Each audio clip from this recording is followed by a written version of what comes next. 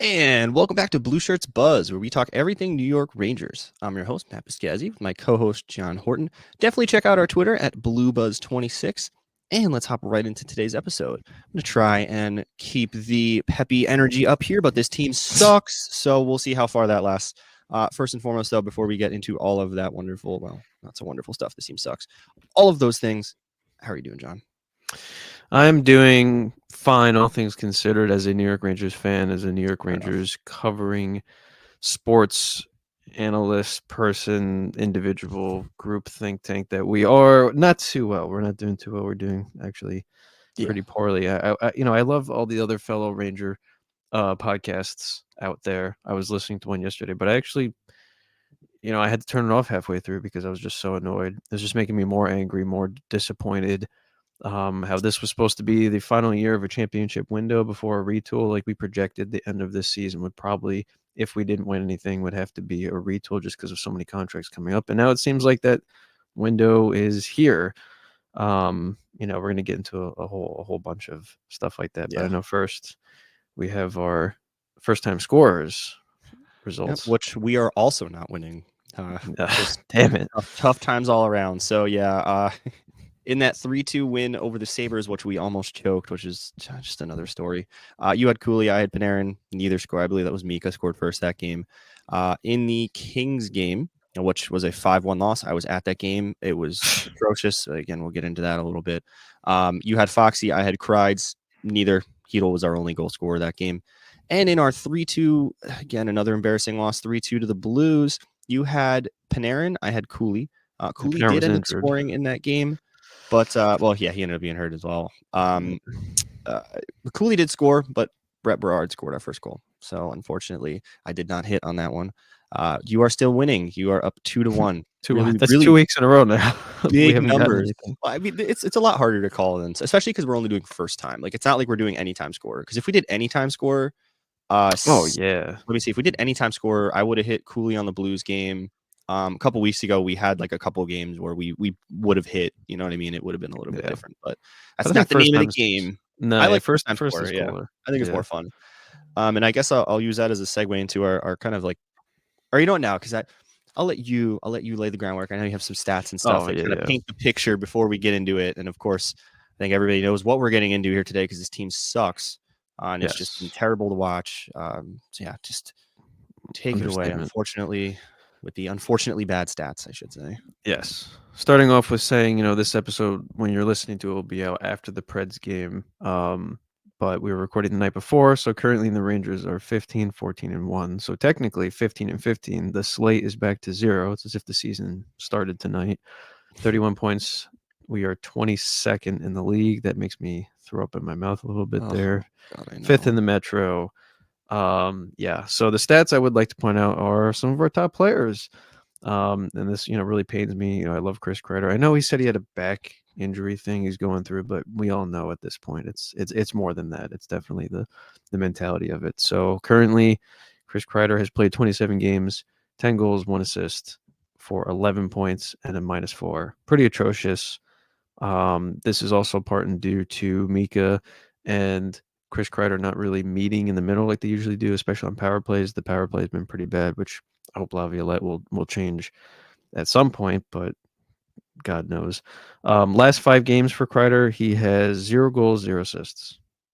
And he's been a -2, -1, +2, -1, -1. So it's as if he might as well not have even been out there. And I don't even remember the last time that we've had him have a 5-game stretch. Like, think about that. Not that he was never the most consistent, especially up until last year, the year before. He was one of those guys like you could count on scoring at a clip, but it wasn't like every game. But then you look at last year and the year before, where he really started, especially the year before when it was. I mean, he almost broke the record for power play goal or goals by a Rangers in a single season, all that kind of stuff. So I bet you'd be pretty hard pressed to find the last time in the past few years that he's had a stretch like this. Here we are, though. Just again shines a light on this team. And historically, he's been a 20 goal scorer in his career, which is awesome. So let's hope he can keep that up and maybe pull his head out of his ass. I hope so. Another one too, which really sucks. Maybe it's part of him being dependent on others, just kind of the player he is. But Trocheck, in 30 games played this season, he is 8 goals, 10 assists for 18 points, -5. In his last 5 games, he has 3 points, a goal and assist, and an assist. And he's been a 0, -2, 0, 0, -2. So another ghost in the machine He for also whatever leads us in reason. penalty minutes, which is weird. You don't Yeah, expect to see that from Tro. I mean, he is one of definitely those hard guys, like nosed, but yeah, but yeah, he's got I mean, not that it's like a huge difference here. He's 23 minutes of penalty time. I mean, I don't wanna act like this is like some huge number, but just another very true. thing just there that's kind of and then, I mean, again, you look at how he's performing on the power play and I mean, a third of his points are on the power play. Okay, great. Well, our power play has been largely unsuccessful in the past how many games? So that was clearly Yeah, in the beginning of the year here. Well, absolutely. what have you done for me lately? You know? Yeah, and the season he had last year was fantastic, and even the season before it was Last still year, yeah, good. he was insane last year. Yeah, so it's really sad to see this right now, including leading to my next person of interest, Mika Zibanejad. 30 games played, only 6 goals, 15 assists, 21 points, -15 on the season. His last 5 game stats, he has 2 points, a goal and an assist. Yeah, pretty terrible. Part of the reason to highlight why the defense has been so bad is because the forwards have stopped playing defense for whatever reason. You see the plus Yep. minus differential, and it's horrendous. Um, and the final one I wanted to lay out, which I want to talk to him about too later on, is just Lafreniere because he's the young star of the team. He just signed a long term contract. Panarin is injured right now, hopefully for not too long. This season he's played 30 games, 9 goals, 12 assists, 21 points, -13. Which is pretty brutal, which is his numbers. Maybe he was just going for that. Maybe he'll stop there. But his last 5 games, he only has 2 points, a goal and an assist. Yeah, so I wanted to highlight some of the star player points there. The only player who's still consistently themselves, even though they're also playing down, is Adam Fox, which is kind of funny. He's got 25 points in 30 games, and he's a +3. Like, if that's a bad season for Adam Fox, like, that's hilarious, honestly, to me. True, and I mean, Panarin is always is putting up points. It's just being he's Oh, been hurt yeah. the past couple of days too, which is yeah, well, only one game Yeah. he's missed now, but still, it's like 1, maybe come 2. back. Yeah. Like, I mean, if this team is that reliant on Panarin, I Yes. mean, there's a lot of other things going on. I don't think the team's that reliant on Panarin, but just did want to shout out there that like Right. even though he's been performing, like you look at that, right? Even though he's still performing this year, kind of in accordance to like what we've seen, the way he's put up points at a clip these last few years, it's still the red. Like, look at the rest of the team, and it's like, what are they doing to support that? I mean, Will Cooley has been tremendous and just Tremendous. outstanding. He surprised everybody. But then, like Which you had highlighted, some of our key guys who we need to be performing night in and night out are just yes. simply not doing it when we need them to. And I love that about Will Cooley. I think this might be a contract year for him too, which is a little scary with the money we have in Wait, the books. I think it might be. no, right? Please I no. actually think it might be. I hope I'm wrong. Oh Hopefully he's got one God, more year. hold on, let me look it up now. Um, I can't. I he just can't is remember off the top of my head. he This is, yeah. Oh, damn that it. sucks. Yeah, that He's sucks. making a minimum, I know. Like he's been a great bright spot physically, offensively, defensively, and I love that about him. I don't know what it is about me. I think a part of me is like I'm gonna give Will Cooley my flowers, but also like to me, he just doesn't feel like a player who can consistently play like this. Maybe I'm wrong. I hope so. Fake news, bro. He's got 23 points and plus 11 in less than 15 minutes on ice. Yeah, but I look at mean, last year. what else? What else do you want him to do? I mean, I we don't can't know. I really just ask feel him to like do much more with the team. Okay, but like last year, what was he going to do with the numbers and the opportunities he was given? I mean, look at true, what true, he's true, true, true. like. I, It's just I crazy. He had no, it 11 is. minutes. He averaged 11 minutes a game last year. Yeah, Like, no, I love that about him. I wonder if part of it is also the differential of how all the other stars are doing nothing. So, which is still good. Like he's still picking up the slack with the others aren't, which is what my complaint about Lafreniere is later on that I'll get into, yeah, and it's like like, some other players. yeah, It's like, well, I guess I could just do it quickly there, but like, yeah, the game they lost to the St. Louis Blues again twice this year for whatever reason. Actually, we know the reason, but he didn't assist that game. It was the first point in 5 games, or one of the first points in 3 games. Like I just highlighted 2 in the last 5. And in the press conference after the locker room where they shoved the microphone in the player's face, I should say, he was very oh, you mean emotional. laugh, right? Yeah, laugh. Sorry, Yeah, laughing yeah, here. yeah, yeah. He was very emotional after the game. You could tell he had a little, almost like tears in his eyes. And Mm. look, I just want to get out of the way. Like I think that's awesome. I love the emotion. I think that's fantastic to see from him. Like he's first overall pick in New York Rangers history in the draft lottery era. There, get that out of the way.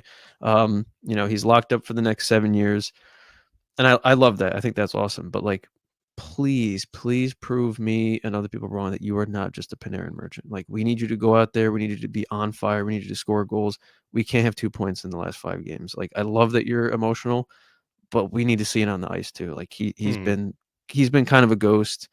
He's a -13, which is brutal. I understand your plus minus is affected by 4 other people on the ice with you, but like still, like, Yeah. like eye test wise too, he looks a little slower. He's got the little bursts here and there. I understand that there's this whole black cloud over this whole team, which we'll get into, but Yeah. That's where like, I am. Like I just I need feel to like see more from him.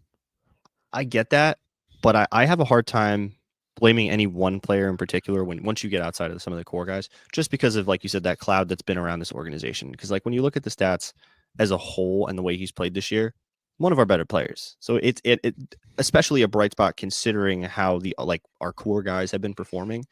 So I do have a hard time like looking at Laugh and being like, oh, I need more from you. Like, yeah, it'd be nice, but also Panarin's only been out for what, a game or two here. Like I can't really look at him and be like, oh, you're a Panarin merchant. You haven't scored in the 2 games he's been out. I mean, you also look at our last, I had done this with you before the episode. If you look at our last, what is it? 1, 2, 3, 4, 5, 6 games, taking the Kraken game out of the equation, because that was like one of the only games this year that we actually scored more than like 3 goals.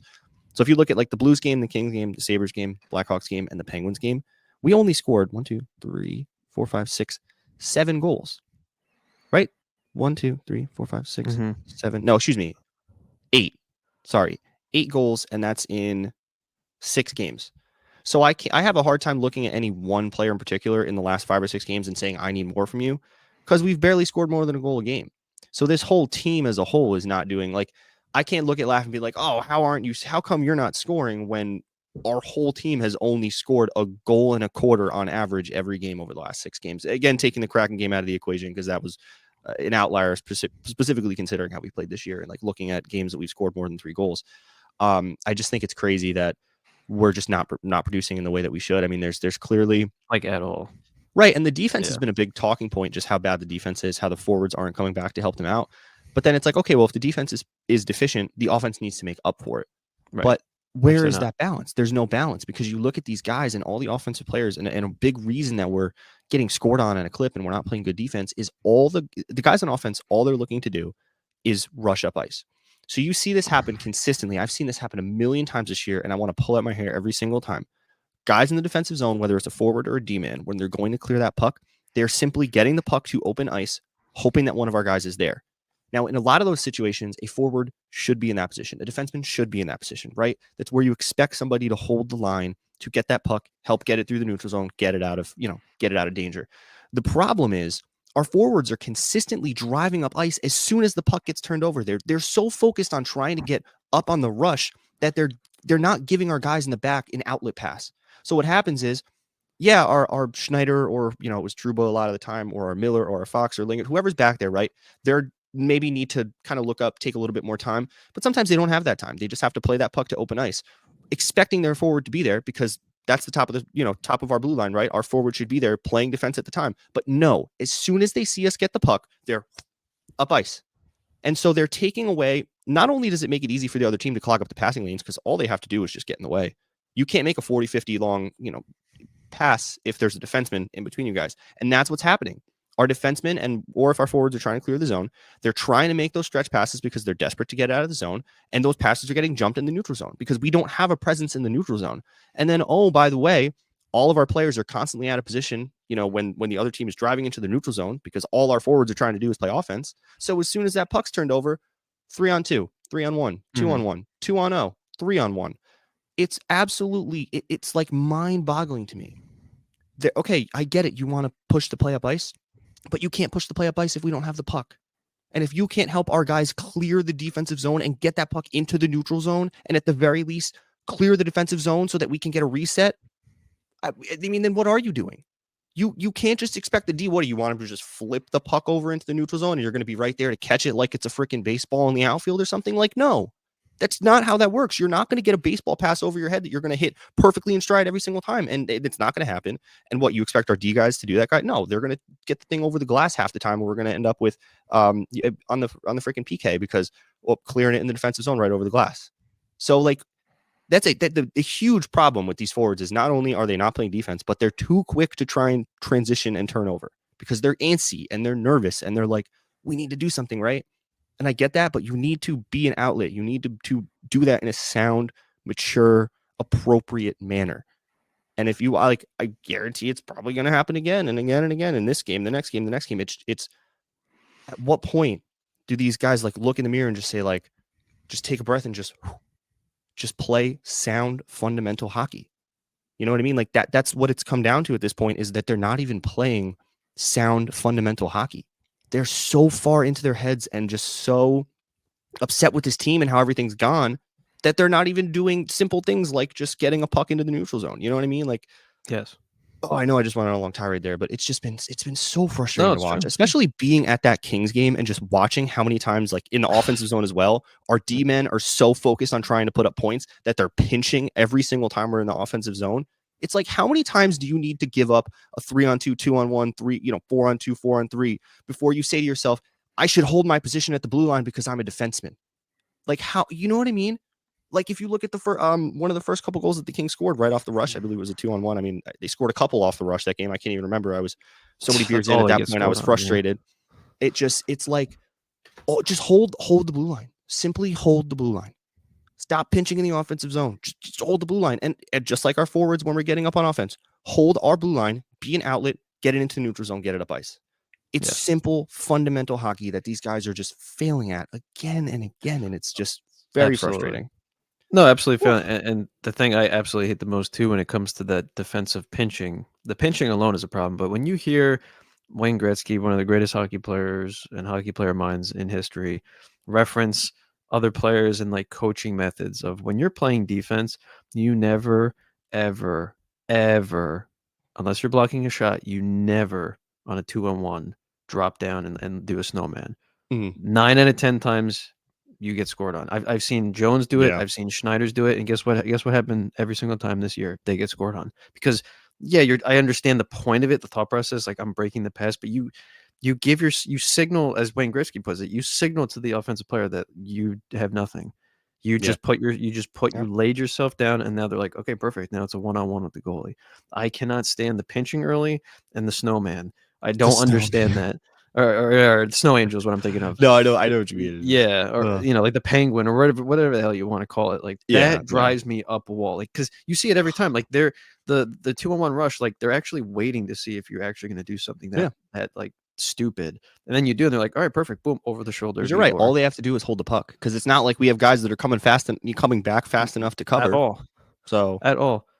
With Ryan Lindgren playing defense, but well, yeah, we do I have think to get before I to was going to say, before we roll into more of our doom and gloom here, we will get some exciting stuff, some wonderful words from our sponsors. If you want to start us off with DraftKings over there. yes, starting with DraftKings Sportsbook.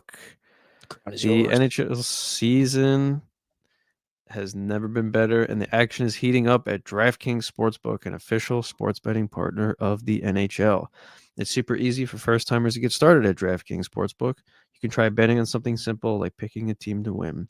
And if you're new to DraftKings, new customers can bet $5 to get $150 in bonus bets if your bets win. So go today, grab your phone, download the DraftKings Sportsbook app, and use code THPN.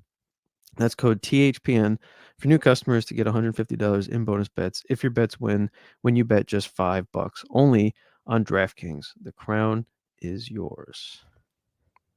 And there is nothing quite like the experience of a live NHL game. The chill of the ice, the sound of a big hit or a slap shot. This season, I try to get to as many games as possible every year I do. And with Game Time, it'll be easier than ever. Although I wish I wasn't at that Rangers game this weekend, because it was a stinker against the Kings. Not a game you want to be at. But Game Time's got tickets for all sorts of other events too. Live sporting and music events, not just the NHL. And with Game Time picks, you can get the best deal in the shortest time. Right now, there's tons of deals on Game Times for you or your family and friends to enjoy. You can download the app and buy tickets right from your phone. They have great features like panoramic seat views to make sure you love your seats before you buy them, the Game Time lowest price guarantee, or the ticket coverage that provides their most flexible customer service policy in the industry. Take the guesswork out of buying tickets with Game Time Picks. Download the Game Time app, create an account, and use code THPN for $20 off your first purchase. Terms apply. Again, create an account and redeem code THPN for $20 off. Download the Game Time app today. What time is it? It's game time, baby.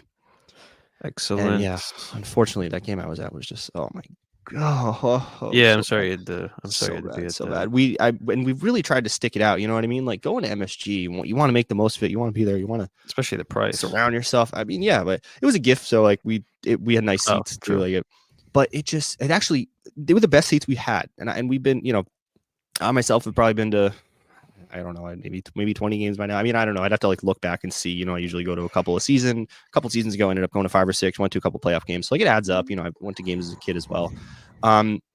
Really had a hard time staying. And we did leave early. A lot of people did.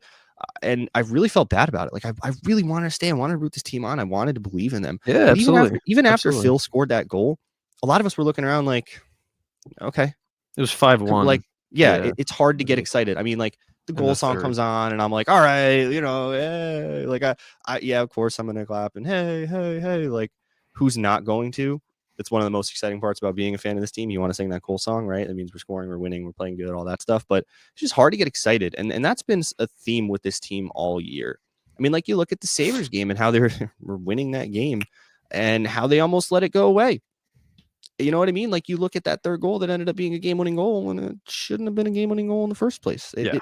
It's just this team has like sucked the life out of us, and just there's no energy, there's no aura, and to get us, I guess, into our kind of big topic here, I think a lot of that has to do with the way that the players have responded to Drury, and also some of the actions that he's taken. I mean, we've seen at this point now, supposedly there was, and take this with a grain of salt. I don't know that we're necessarily assuming that this is real or not either, but supposedly there was a players only meeting in which the players had discussed their dissatisfaction with the way that Drury has been open, with the media about putting the fire sale sign up, Kreider in the talks, all the talks about Trouba before him getting out of here.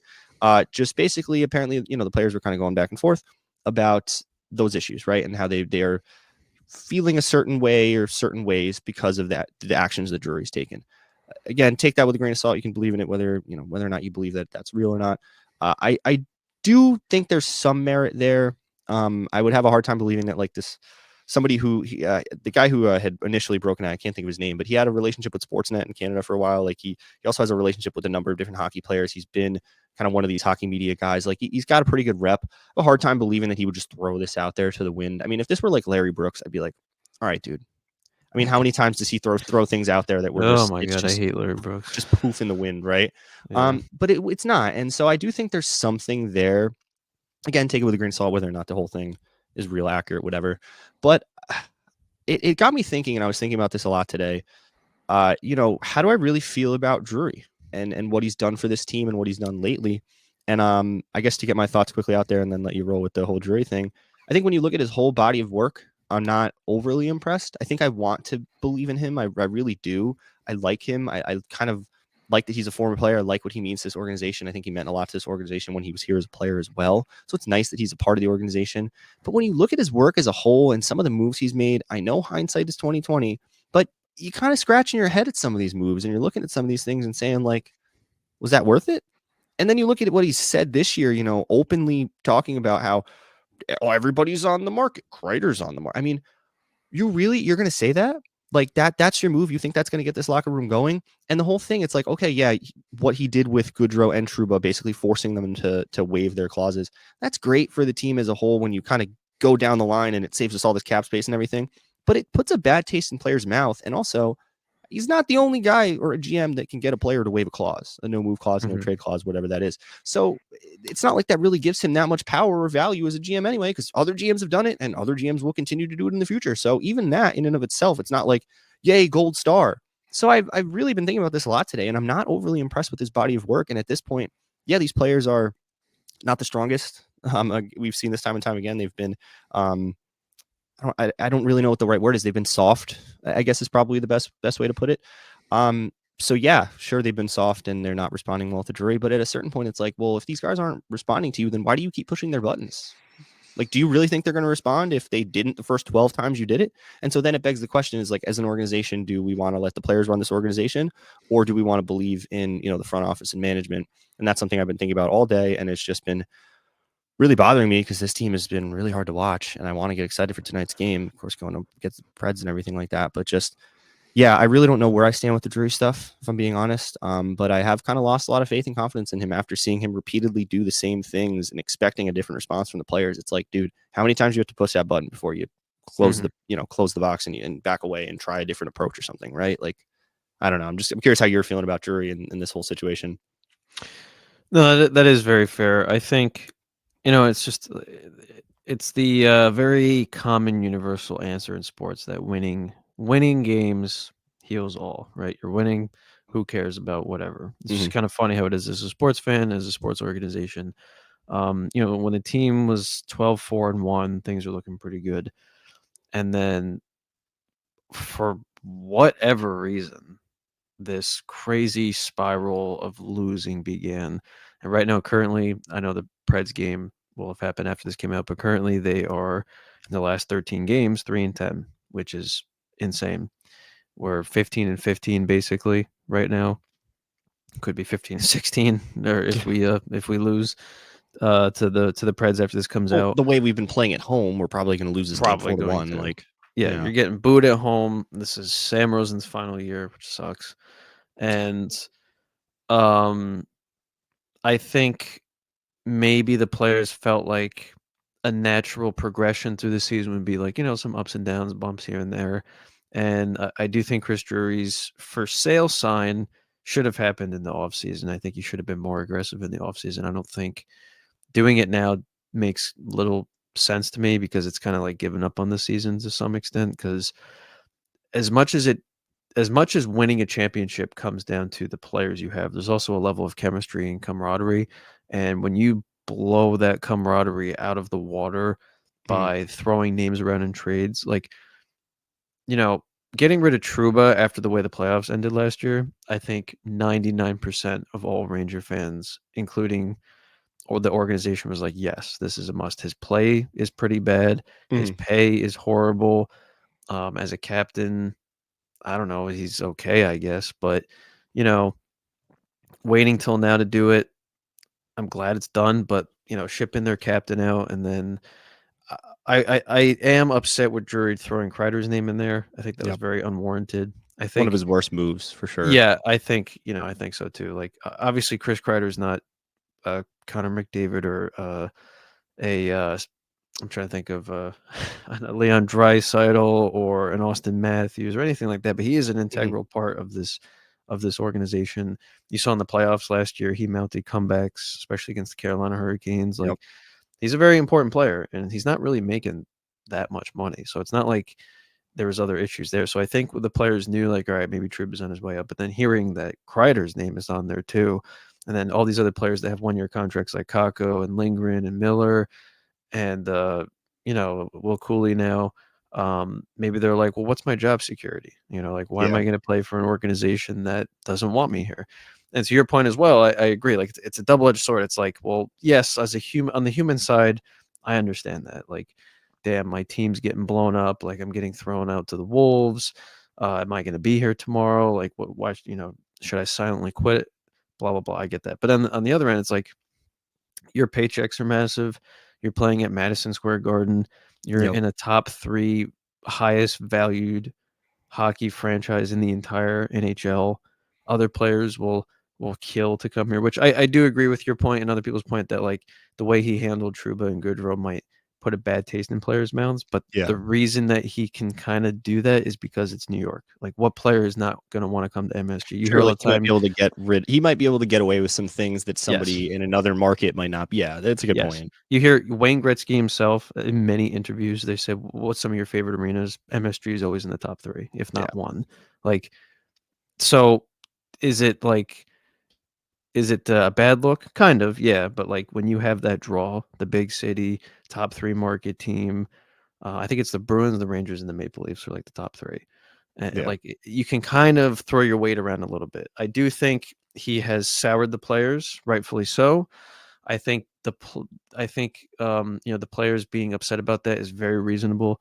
But what I find completely unacceptable as professional hockey players in a professional team is the way they have silent quit, like not back checking, not forechecking, Yeah. not playing defense, not scoring goals, losing, you know, game after game after game, letting your goaltender hang out to dry. And it comes down to a point too. Like I don't really blame Laviolette for a lot of this, but we'll get into the Kako thing that I think he's at Yeah. blame for. But it also makes you wonder, like, does he still have control of the locker room? Like, do the players just say yes, coach, whatever, coach, and like he doesn't have much Yeah. draw? So long-winded. I still like Drury's process compared to Jeff Gordon, which I guess Mhm. really isn't saying too much. But Yeah. I think the biggest issue I had with him was putting Kreider's name on that trade list, and also waiting so long to move Triba. Because like if you're going to threaten him with the no move clause, you could have done that in the offseason. True. You know, It is so like it's almost like he waited to see if he was going to play well, and then when he started like kind of not performing, then it was like, all right, hot seat. But like you had said, throwing Kreider on there and also doing it in season, just not a good idea because of the no, way like this team is now trying to focus on playing, and you're taking the focus away from performing on the ice, and you're putting it on things in the back end, things in the front office, things in the locker room, things behind the scenes. That's not where their energy and focus needs to be. That is for the off season. And so when you make that the focus on an already fragile locker room, we've seen what it's done. We've seen how the players have yes, responded, and it hasn't been good.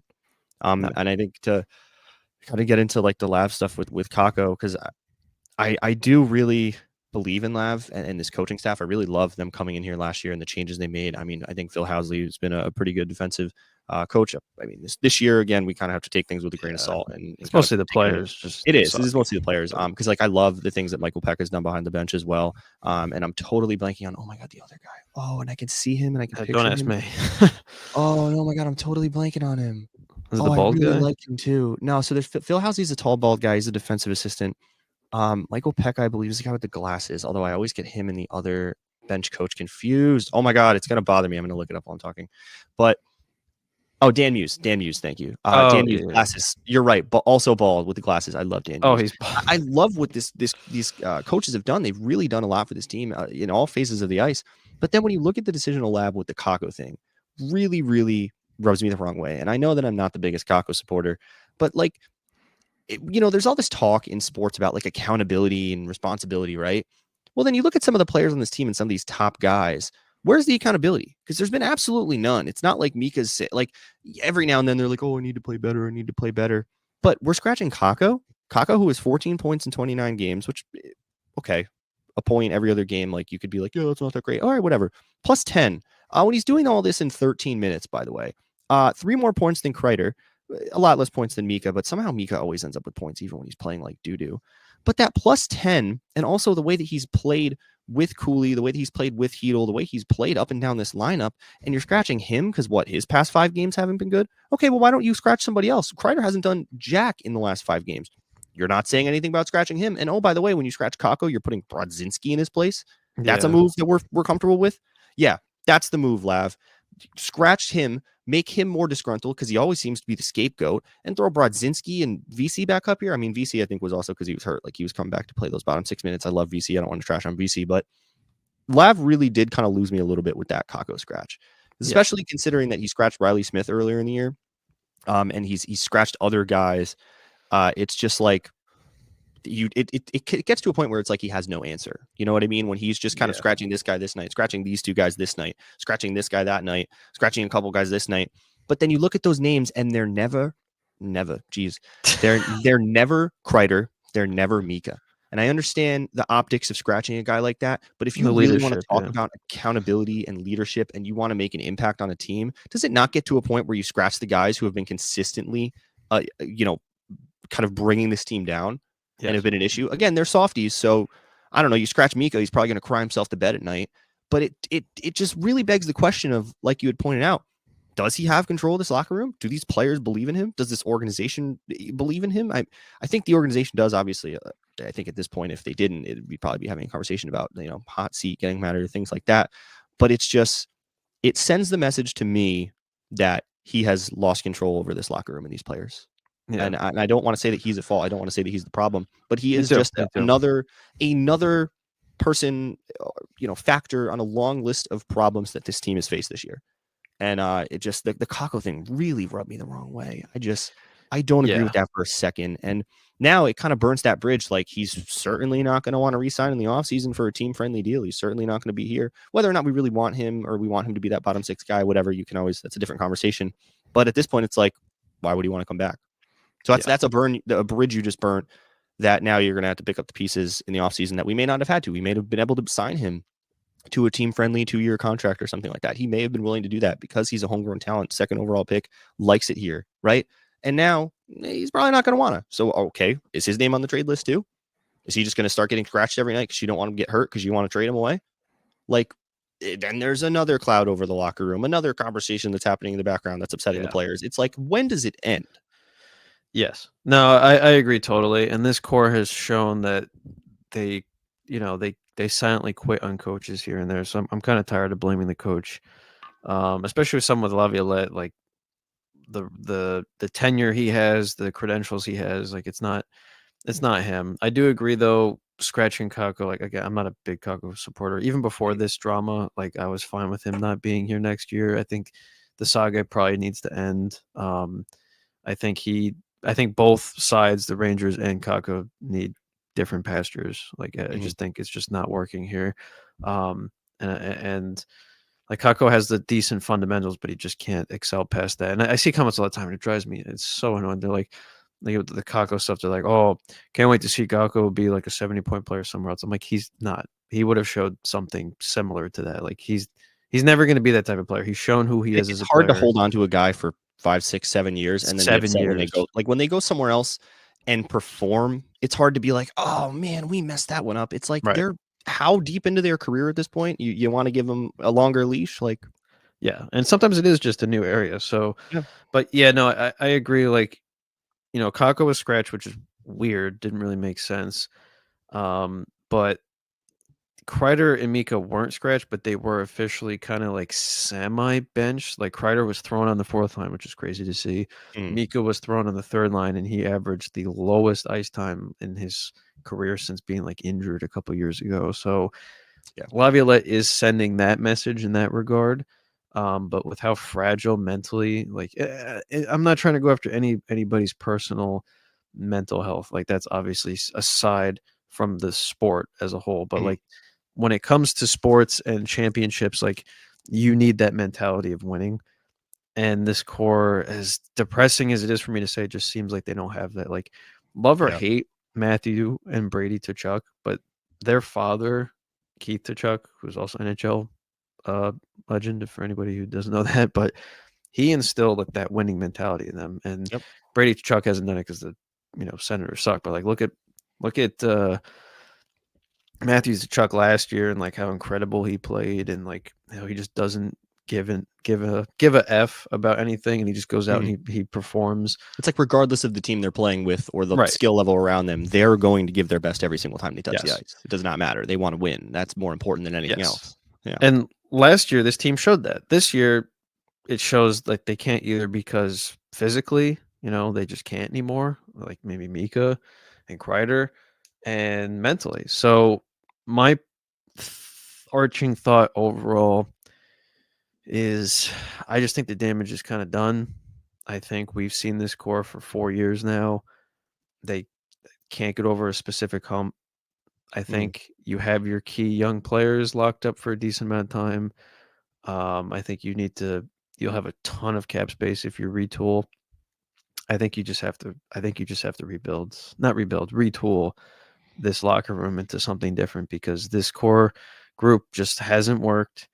They silently quit instead of going out and being contenders and competitors. And that's not what you want. That doesn't win you games. That doesn't give you good stories. I hate to think this way, but like they've shown us literally nothing else other than that. Like I hope Kreider's here till he retires. I really do. I don't want him traded anywhere. Mika, I'm kind of done with him. We could get rid of him as long as it's in a good way, whatever that may be. I think we need to just upgrade. We don't have a star first line center anymore, and that hurts. Like I don't think you can win a Stanley Cup without one. And I think Panarin's got 1 year left in his contract. That sucks. We're gonna need a player of his caliber, like a McDavid, a Mitch Marner, It'd be nice if we could resign someone. Panarin. It would be nice, but he's also going to be 34, 35. Like, is he going Hmm. to keep, like, could you sign for a 2-year deal for the same 11 million maybe, or a little under? I don't know. Like, it's tough. Like, if he wants a raise for 2 years, maybe you could do it. Like, I love Panarin. He's one of my favorite players. He shows up. He's very skilled. Hmm. So I, it's just tough. I don't think there's anything to really salvage from this season unless, I mean, like I was saying before, we're 15-15 right now. Back to zero. So, you know, Yeah. you still have January, February, March, and April. For some of April, you could turn it around. You could go on crazy win streaks. You could, squeak into a playoff spot and see what happens. But I don't want to have false hope for a team that shows Hmm. nothing of that and quits on their coach, quits on themselves. They had like a little outing where they were like playing darts at a bar or something like that. Like, I think that's cool. Like a little team outing, little team get together. Um, but I can't entirely blame some players to give their 110% if they think tomorrow they're going to get a phone call that they're not on the team anymore. So, it's a double-edged sword again. Like, you're coming into work like, hey, am I going to be here tomorrow? Should I really give 110%? And then the other half of Hmm. me is like, well, yeah, you should always give 110% because then whatever team you might get traded to, like, you're going to not give 110% there because your contract's up in 3 years. Like, Yeah, like you just give 110% all the damn time unless you're injured. Like, I just don't understand. especially Like, playing professional sports, like you would assume that they would all have that winning mentality, but yeah, and you're it's living a you've seen in dream. varying levels though. That's the thing, is that Yeah, it's no varying matter how levels. big, like they have to be a winner, they have to have that mentality to get to the professional level. But then there's once you get to that professional level, everybody's a winner. So even if you were to get to that level, you were the hardest worker, best, winning that mentality, right? Every single time you touch the ice. But when you get to the pros, you are a small fish in a big pond, right?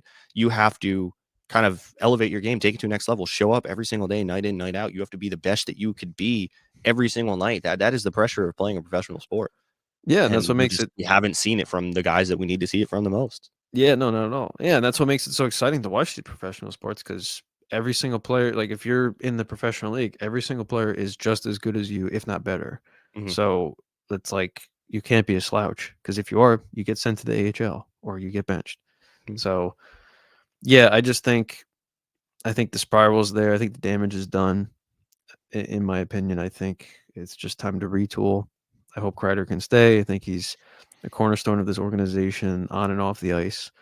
Um, and homegrown talent. Like I hope Drury.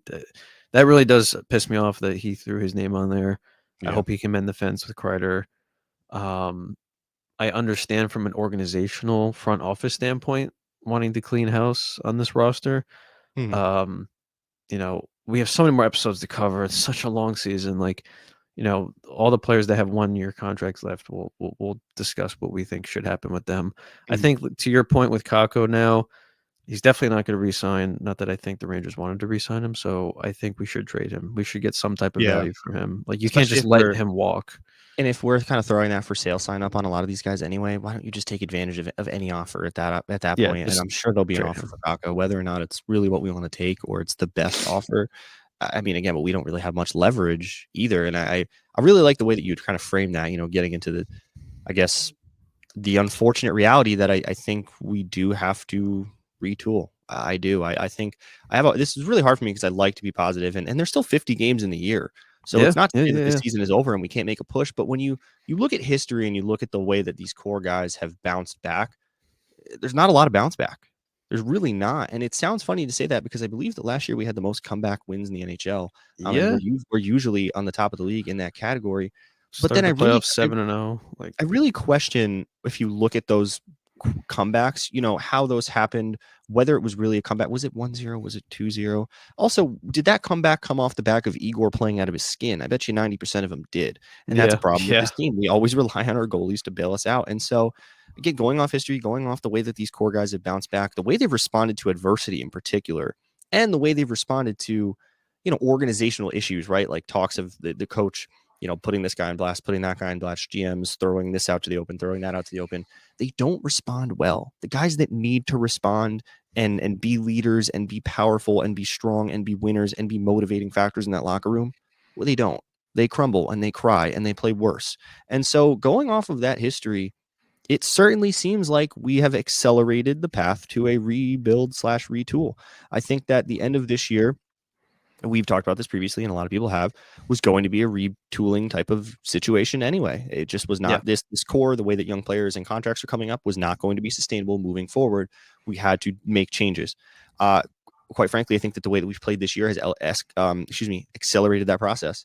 I don't think that I don't want to say that we're past the point of no return. There are still 50 games left, but even if we do make the playoffs, are we really confident that this team can make another push?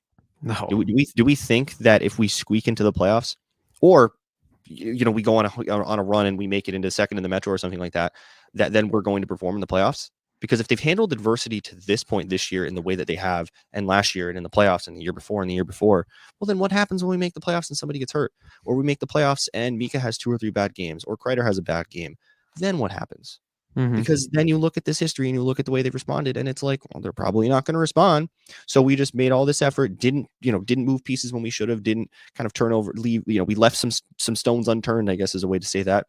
And look where it got us. It got us a first round exit or a second round exit. Okay, big whoop. That's been the eternal, that has been this franchise for years. It has been first or second round exits, barring a couple years where we actually were able to kind of make that push to the conference finals, and those are really impressive. And even the second round's impressive. Like winning a playoff round is impressive. I don't want to belittle that, but it gets to a certain point where you expect more from the franchise, and sadly, I don't expect much from this franchise this year. I don't, and like I said, I think we've accelerated the process. I also think it's going to be a little bit more of a rebuild. I just have a hard time believing that moving 1 or 2 pieces out of here is going to fix the problem. I think it's going to be something that this top down, roster, organization, front office, like a few kind of pieces need to get moved here or there. We need to give some time for those pieces to get put into play and make the right moves. But I do think that we accelerated the rebuild. It's really unfortunate. Sigh Yeah. of just sadness. And I guess A sigh of sadness. I Yeah. was gonna say to roll us out of this episode here. I guess we'll roll into our first time scorers here. Oh, yay! Who knows if we Yeah. are we even going to score goals in these games? Like it Probably just not. I mean, but just we'll cover it anyway. No, I don't want to be that doom and gloom. I do like doing the first time scorers thing. I think it's fun. No, me too. Even Um, though the last 2 weeks we've been completely we just wrong. stayed at 2-1. Yeah. So we did pick scores for the Preds game last week. You had picked Schneider as the first scorer. I had picked Jones as the first scorer. So we will leave that in place. All right. With that being said, the game after the Preds, so again, the Preds game, by now you guys will know if we're right or not, actually, which is kind of funny with this episode being out the day after. But we are playing the Stars on Friday and the Carolina Hurricanes on Sunday. So the game against the Stars, I mean, it's gonna be bad. I know. Well, we're away from home though, so maybe we'll get a W. Oh, For true. some reason, we don't want to win at home, which is just nuts. And actually, we're not even home tonight. This says at Nashville. I don't know why I thought we were home tonight. I think I saw that on I saw that somewhere. Someone said, "Oh, their home skid's gonna keep going." Like right away in Nashville. I should have looked that up. But anyway, playing the Stars Friday, December 20th. Who is scoring the first goal for you? Oh man, can I pick the other team? I know that's awful to say as a Rangers fan, ladies and gentlemen. I Wyatt apologize. Johnston. Like What a fun player he is. That right? draft was a Dude, disgusting steal. look at the way the Jake Stars Ottinger, drafted, man. The Robertson. picks that we missed out on, it could have picked a lot of Yep. those guys. I mean, a lot of other teams could have too. You have to give Yep. credit to their scouting and their player Oh, they're development. scared. Yeah, Robinson is a And second the player, round the pick. player development at the Stars has just been incredible. Like the way incredible. they've built that roster. Yeah, not to gush over the Stars, but that is an organization that I Yeah, I think it was that believe one in a lot more than our organization right now. Yeah, they got Miro Heiskanen, Jake Ottinger, and Robertson all in one draft. That's crazy. Dude, That's like nuts. 1 in a million. First time. I'm gonna go with Hedel. That's what I'm gonna go with. Okay, all right, I like the pick. Well, I'm gonna ride Cooley here. Only one scoring consistently. I mean, every time I've picked him, he's scored, but I don't know that he's always been the first scorer. But you know what? He's gonna do it this time. Getting into the Canes game, the Sunday after that, this coming weekend. Who's scoring for you? I have to go with one of my favorite Rangers, and I've been bashing on him. I wish the best for him, and I hope he continues to maybe lead the charge of the new captain. Who knows? Chris Kreider. I like it. I had started typing it out before you even said it. I knew it was coming. Good. You know me well. I'm gonna go and laugh here. I'm riding laugh. He's Okay. gonna show up at some point. Whether or not it means much for this team or if it even really amounts to anything, because we're probably gonna lose that game anyway. Who knows? Don't want to be all that doom and gloom, Yeah. but it's kind of hard to be positive when this team's been playing this way. Mm-hmm. But a little bit of a fun way to roll us out of this one, I guess. And I guess, I mean, unless you have any other thoughts, I could start rolling us out of this one. No, I think it's good to call this an episode. Yeah. Yeah, I think we'll just probably spiral and start crying, honestly, if we keep going, because this team is terrible. Nah, all things considered, things could be a lot worse for this organization. It's just, yeah, for everything that we've laid out there, I'm sure that our other fans are feeling similar to the way that we are. So thank you all again for another good episode here. Wish we had more positive stuff to talk about. I wish that this team were a little better for us and for you guys as fans as well and listeners. I wish we had fun stuff to talk about here. Hopefully next time we do, we will have one more episode before the holidays kick in. So be on the lookout before Christmas. We will most likely have one on the 23rd that morning. We are planning on recording that Sunday around the Canes game. So be on the lookout. So we will get one in before the holidays. We'll wish you guys a Merry Christmas, Happy New Year, Happy Hanukkah, all good stuff, Kwanzaa, all that good stuff. So don't worry. We don't need to get all that out there yet, but we hope you're enjoying the holiday season and the like, getting presents, the snow, the music, all the festive cheer. Find some happiness in that, because you're not going to find a lot of happiness in the Rangers right now. So enjoy the green and the red bout and the white snow. The blue and red team on the ice is not as enjoyable. Hopefully they are. Hopefully we have some good stuff to talk about for you guys on our next episode. Thank you all for listening again. Definitely check out our Twitter at BlueBuzz26. Thank you for the, as I'm hitting my mic, support, even though this team has not been great. Thank you for supporting us and loving the show, as we love to get it out to you guys. So thank you again. This is the last you'll hear me on this one, and I'll shoot over to John to close this out. Said amazingly, as always, by Matt. Thank you again for the love and support. Tell your friends, family, loving about the show. Check us out every single week. We are here, rain or shine, covering this Rangers team. Hopefully more shine than rain, but I don't know. Sports fans, it's not looking too good for any of us. But yeah, thank you again. Stay safe. Have an amazing week, and we will catch you on the next one.